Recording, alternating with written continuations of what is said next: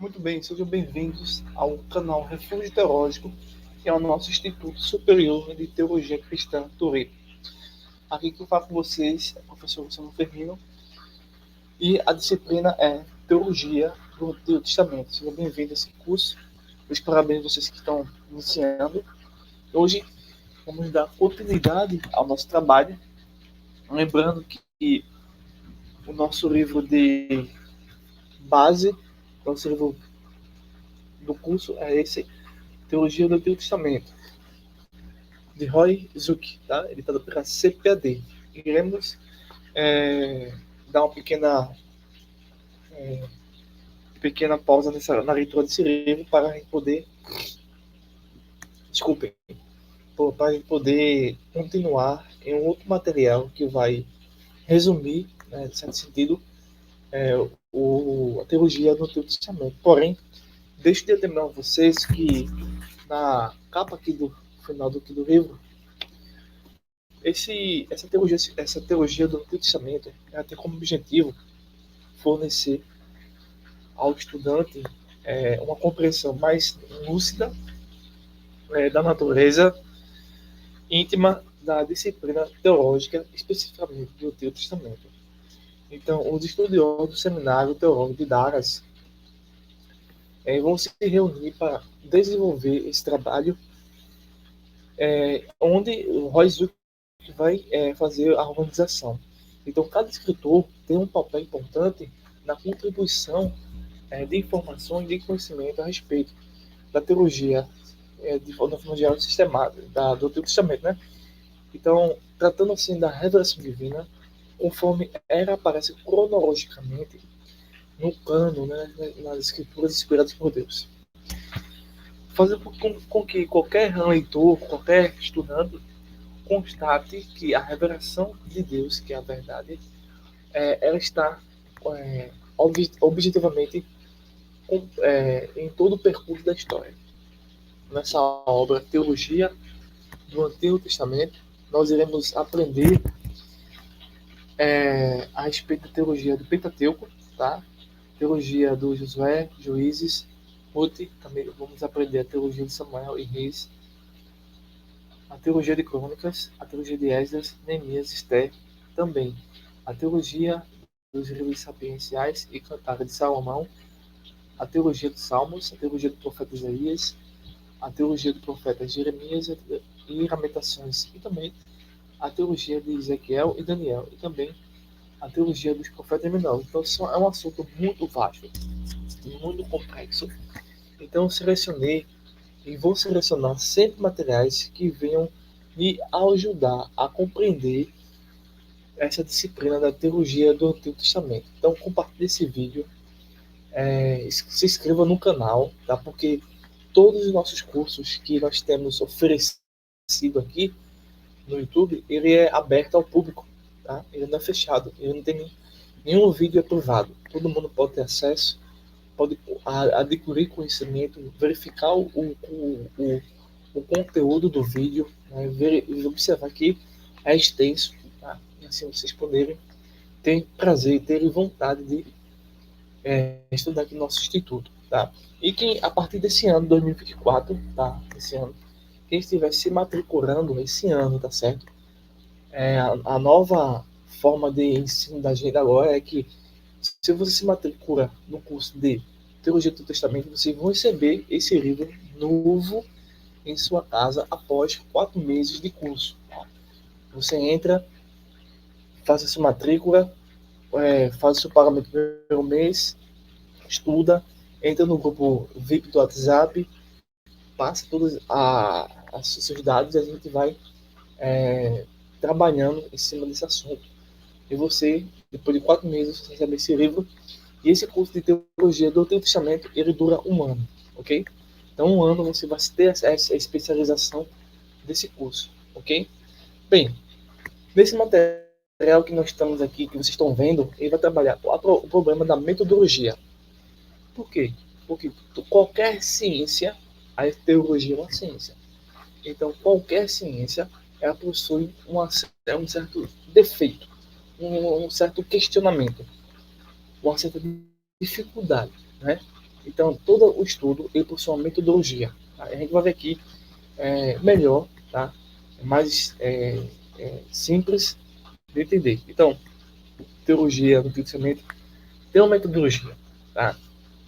Para o bem e para o mal. Então, a gente necessita aí entender esse desenvolvimento.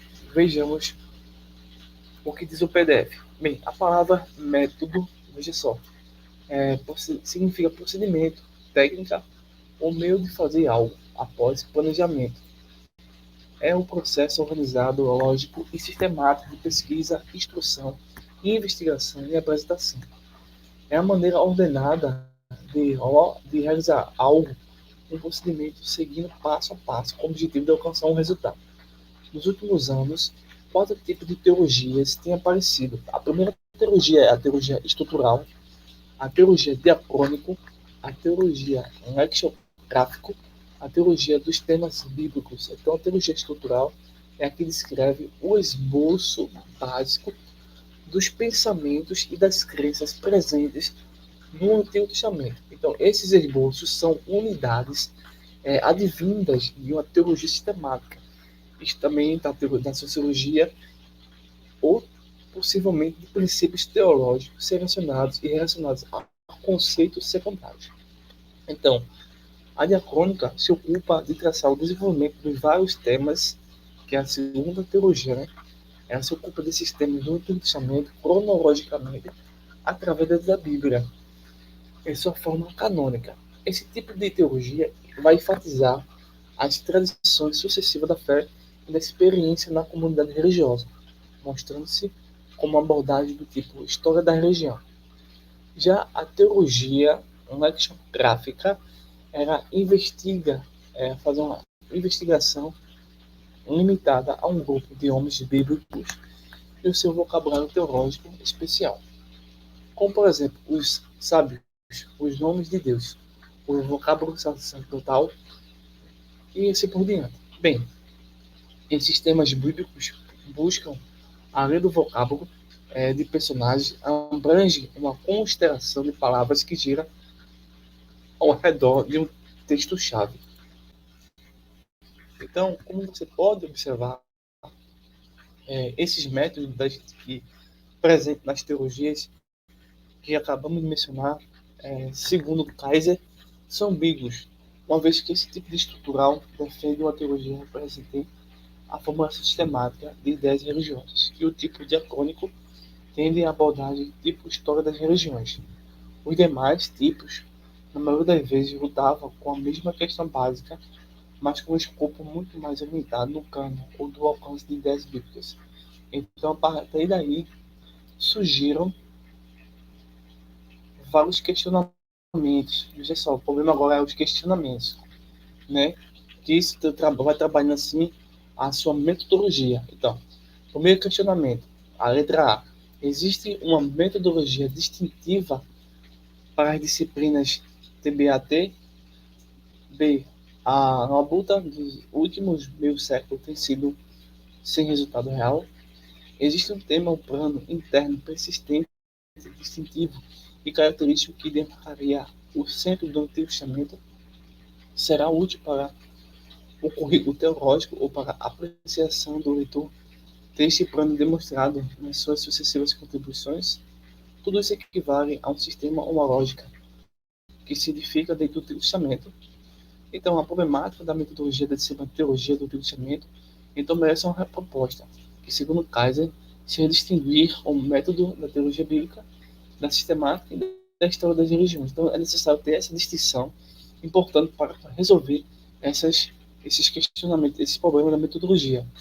Esse teólogo não somente aponta para o problema, mas também mostra o caminho para a obtenção de uma teologia do Testamento, quando propõe o centro ou plano interior. Nesse plano, Kaiser indica que cada escritor dos textos bíblicos contribuíram conscientemente ao roteiro da história. Para ele, o princípio de seletividade evidente é devidamente determinado pela seleção rudimentar do tema divino da bênção. Então, bênção é uma promessa para toda a humanidade, em todos os lugares, quando o cano tem seu início em Gênesis capítulo 1 e assim capítulo 11 diante. Nesse problema dos métodos surge o criticismo bíblico. Aqui nós temos um perigo, né? Então, o termo vem do verbo grego krino, que significa discernir, testar, julgar, determinar. Denota o sentido de juízo ou julgamento. A crítica bíblica está dividida em dois tipos: a baixa crítica e a alta crítica. Então, esse tipo de metodologia, certo? Ele é muito utilizado nos meios acadêmicos e nós utilizamos aqui também. Para cada crítica, baixa e alta, ter seu aproveitamento. Mas, no que diz respeito a uma certa crítica, eles tendem a ser muito negativos do que positivos. A gente vai ver de uma forma mais extensiva o que essa baixa crítica e alta crítica quer dizer a nós. Então, a gente precisa ter também um discernimento, ter uma compreensão dessas metodologias, né, que procuram uma é mais cética e a outra é menos cética, né? Então, a gente precisa observar cada aspecto delas e perceber qual é o que está se aproximando mais da realidade, ok? Vejamos o seguinte: a alta crítica. A alta crítica, pessoal, ela nasceu no fim do século XVIII e início do século XIX, com o alemão racionalista Eichhorn, e se desenvolveu na Alemanha entre estudiosos do século XIX, Karl Ludwig Schnitt, Martin Debreus e Rudolf Bultmann. Rudolf Bultmann é aqui no canal. Eu espero depois fazer um vídeo só sobre esse indivíduo no na outra playlist, tá? Mas o Rudolf Bultmann, ele é muito falado nas temáticas de alta crítica, tá? Você vai falar muito dele. Então, esses teólogos, né, entre aspas, argumentam, fazem apresentações de argumentações sobre datações dos escritos bíblicos que eles pensam que são estimados para tempos bem posteriores aos afetados. Ou seja, a primeira crítica, a primeira ruptura que eles fazem é que eles pegam as datações dos escritos bíblicos e jogam para muito tempo depois da morte dos escritores. E assim dificulta a confiabilidade das escrituras. Isso é uma crítica que eles fazem através de uma análise que eles desenvolvem, tá? Em certo sentido, tem muitos erros, tá? Por outro lado, eles também vão argumentar procurando levantar dúvidas acerca dos seus respectivos autores, além de negarem a data, na ocasião do tempo específico, correto. Eles agora vão lançar dúvidas sobre os escritores, né? Conforme acreditados pela comunidade de fé, por exemplo, a igreja cristã ou o cristianismo. Portanto, a alta crítica trata de problemas relacionados à integridade, autenticidade, credibilidade e informações literárias dos escritos que compõem a Bíblia. Ou seja, o pessoal estudioso da alta crítica, eles estudam realmente, porém eles não procuram permitir que o sobrenatural conduza a mente deles. Então, é um desperdício para aqueles que usam alta crítica procurarem argumentos para negarem as escrituras. Então não faz sentido. A maioria deles são céticos, né, agnósticos, e isso prejudica, né, o desenvolvimento da teologia. Bem, já a gente vê que também que a alta crítica ela vai ser dividida. Olha aí, como foi para vocês. Ela vai ser negativa, é a destrutiva, e ela vai ser positiva, que é a construtiva. Tem pessoas que enxergam um benefício na alta crítica e outros só veem a sua parte negativa. Mas vejamos o seguinte: então, na parte negativa, ela nega a autenticidade da grande parte dos registros bíblicos. Ela vai negando isso. Emprega uma pressuposição antissobrenatural. Normalmente aborda a Bíblia com desconfiança equivalente a um preconceito do tipo culpado até que prove inocente. Então, a maioria é como os ímpios, né? Os ímpios olham as escrituras, alguns religiosos olham as escrituras com desconfiança, tá? Porque eles imaginam que a verdade da palavra de Deus não existe, né? Eles dizem que a Bíblia contém. Então isso não tem fundamento nenhum. Então, eles consideram como resultado de falácias filosóficas. A positiva, dentro da alta crítica, é vista como assumindo autenticidade de registros bíblicos, emprega uma pressuposição sobrenatural, aborda a Bíblia com confiança, dizendo que o texto é inocente até que se prove o culpado. Então, algumas pessoas da alta crítica, alguns desdobramentos, algumas ramificações dessa análise pensam que é possível, por meio da alta crítica, ainda extrair, né, ter como evidência a verdade das escrituras, mas é bastante difícil, porque a alta crítica, ela vai negar os registros bíblicos, tá? Por sua vez, nós temos a baixa crítica. A baixa crítica é mais moderada, ela é mais compreendida, ela é mais inteligível, né? No que a outra não seja. Bem, a baixa crítica volta-se para a natureza linguística e histórica dos vocábulos, conforme aparece nos manuscritos. Tenta determinar o que o texto original dizia. Então, o objetivo da baixa crítica é determinar, né, seguramente, evidentemente, o que realmente o texto original, a cópia, né, o primeiro pergaminho, dizia realmente.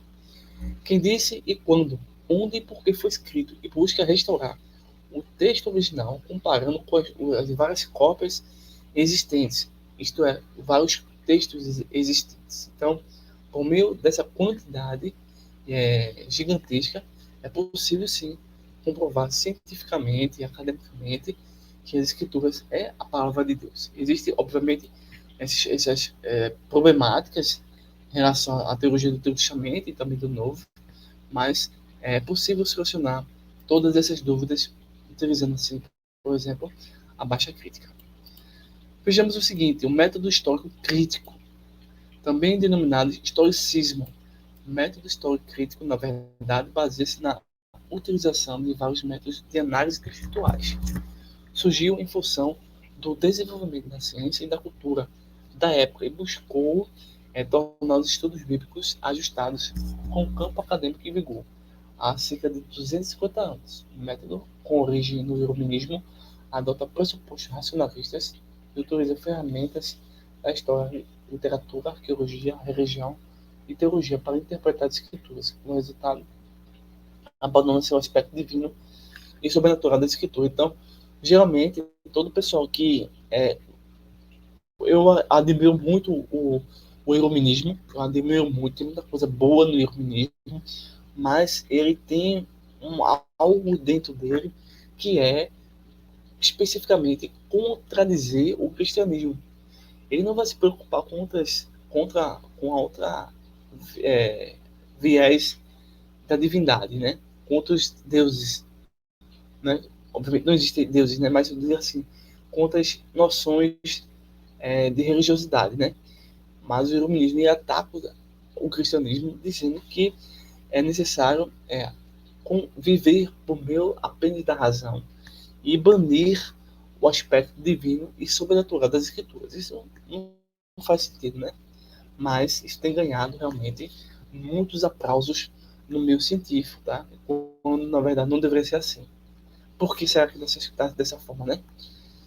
Então, método histórico gramatical. Então, preste bastante atenção aqui. Então, esse método gramatical foi amadurecido bem e também desenvolvido durante a Reforma Protestante. Por quê? Porque é a Reforma Protestante que vai procurar, vai descobrir as verdades das Escrituras. Mas isso não quer dizer que as interpretações dos reformadores sempre foram coerentes com as Escrituras. Por quê? Por que não?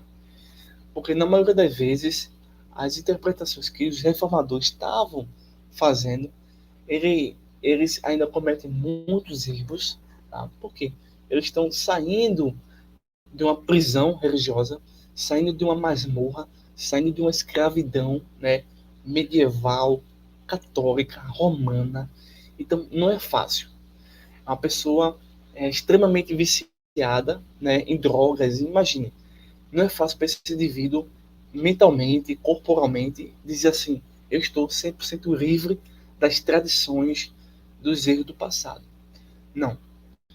Muitos reformadores, ainda hoje, perpetuam, por exemplo, o batismo infantil. O batismo infantil é um batismo que não tem respaldo bíblico nenhum, mas mostrando que houve realmente um desenvolvimento, houve um amadurecimento desse método histórico-gramatical pelo descobrimento das escrituras, porém, as suas interpretações em alguns aspectos da doutrina, talvez para eles não essenciais, são evidentemente ainda evidências da sua, do seu momento de aprisionamento. Por sua vez, esse desenvolvimento do método histórico-gramatical trazido à luz por meio de muito sacrifício, de muito esforço filosófico, teológico, de muitos homens e em alguns aspectos, Martinho Lutero, John Calvin, John Knox, entre outros, né?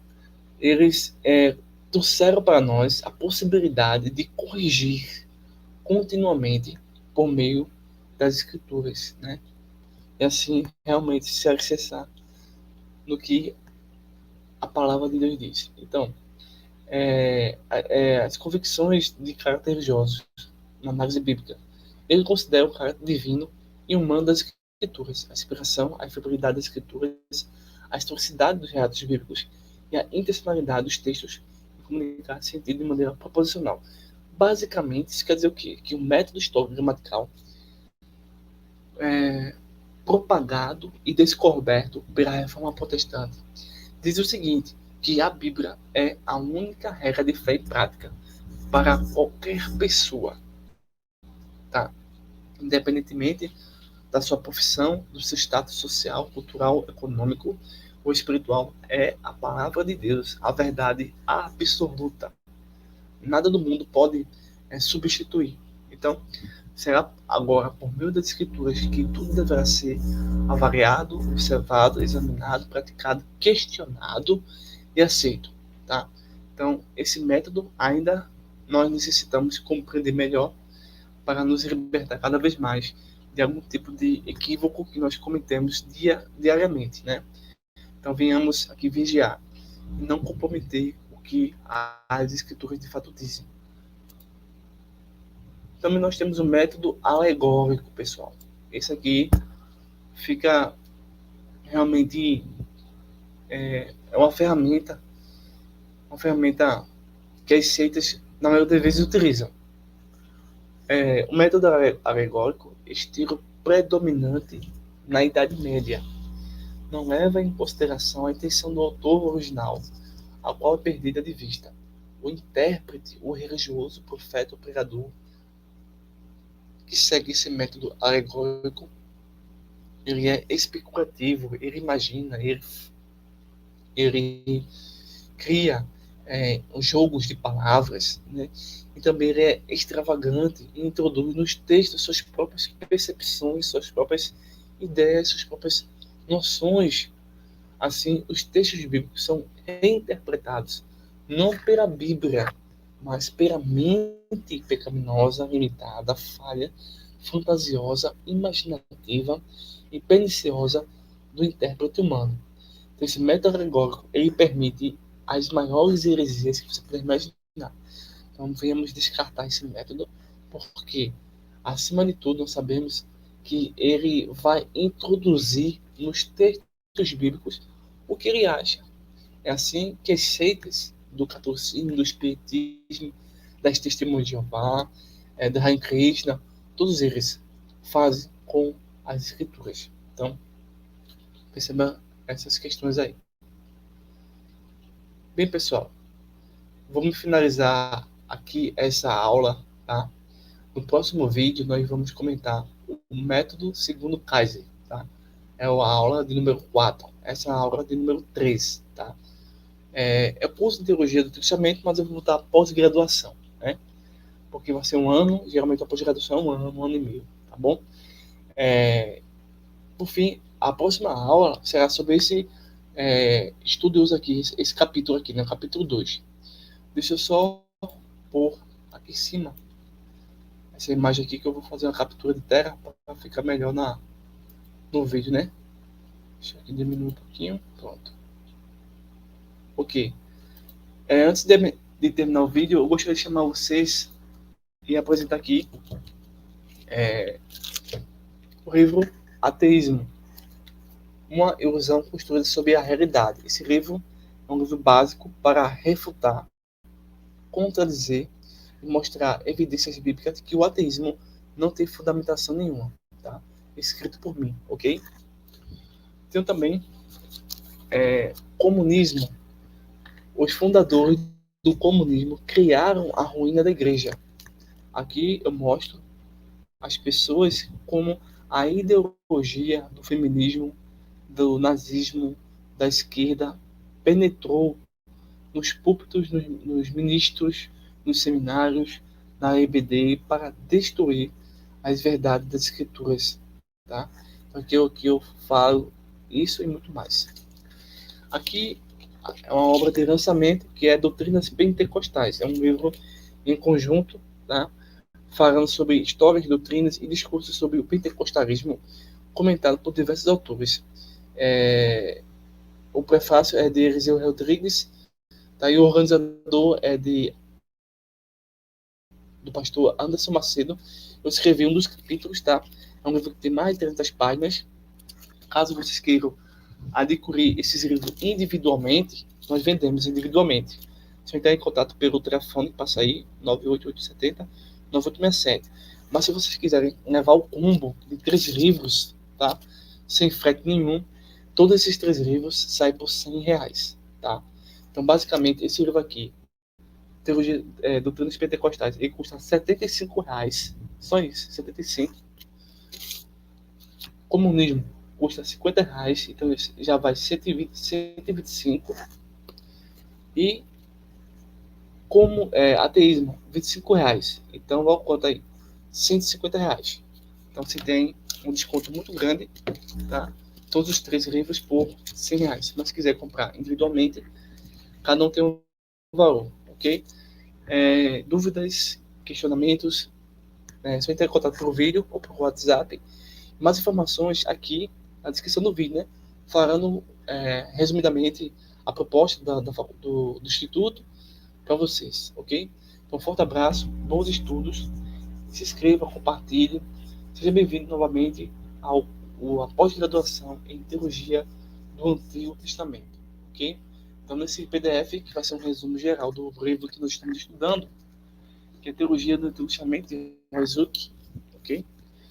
Um resumo. Depois desse resumo, a gente vai entrar novamente na leitura e explanação do livro, né? Que vai ser uma teologia do Pentateuco, escrito por Eugène Merriot, tá?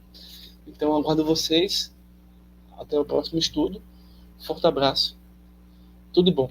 São exatamente 1h22 da noite, no dia 4/6/2024, ok? Forte abraço. Até breve.